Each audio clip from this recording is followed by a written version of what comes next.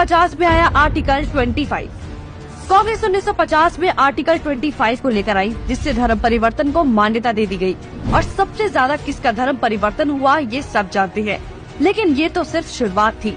नेहरू 1950 में आर्टिकल 28 लेकर आए और हिंदुओं से धार्मिक शिक्षा का हक छीन लिया। लेकिन आर्टिकल 30 के तहत अल्पसंख्यक अपनी धार्मिक शिक्षा दे सकते हैं। धार्मिक शिक्षा के बाद निशाने पर थी धार्मिक संस्थाएं। 1951 में HRCE एक्ट, 1951 में Hindu religious and charitable endowment act लेकर आए।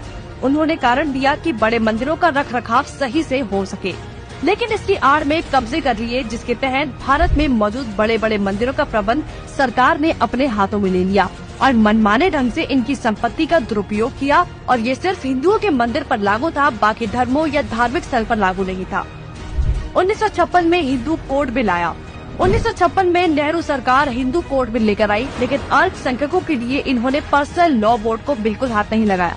मतलब एक ही है, देश में एक जाति कद संविधान कानून से और दूसरी अपने धर्म के कानून के हिसाब से, और आज भी यूनिफॉर्म सिविल कोड से कतराते हैं।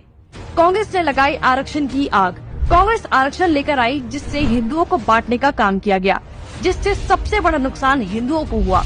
आरक्षण की देश में जरूरत थी, लेकिन मक्कार कांग्रेसी इस योजना को 10 साल लागू करने की बजाय इसे बढ़ाते चले गए और न ही इससे लोगों को सशक्त बना पाए, जबकि लोगों को इसकी लत लगा दी गई।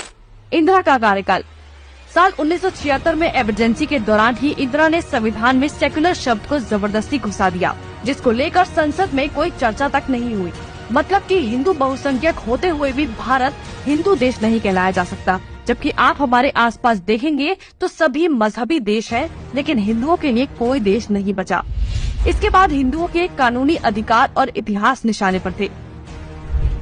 1991 में पूजा स्थल कानून।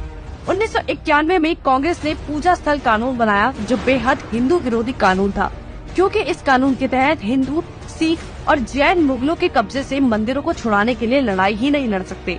उनके पास दलील सुनने का कोई कानूनी अधिकार ही नहीं छोड़ा गया। हमने लाखों मंदिर और उनका इतिहास खो दिया। 1992 माइनॉरिटी कमीशन एक्ट। कांग्रेस ने अल्पसंख्यक आयोग अधिनियम बनाने के बाद अल्पसंख्यक आयोग बना दिया।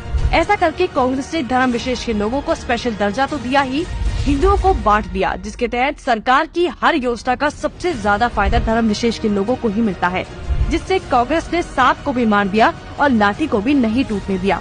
मतलब साफ है, हिंदुओं को भी बांट दिया और धर्म विशेष के लोगों को भी खुश कर दिया। जब देश सेकुलर बना दिया तो मेजॉरिटी और माइनॉरिटी की जरूरत ही क्या थी। 1995 में वक्फ बोर्ड कानून। 1995 में वक्फ बोर्ड कानून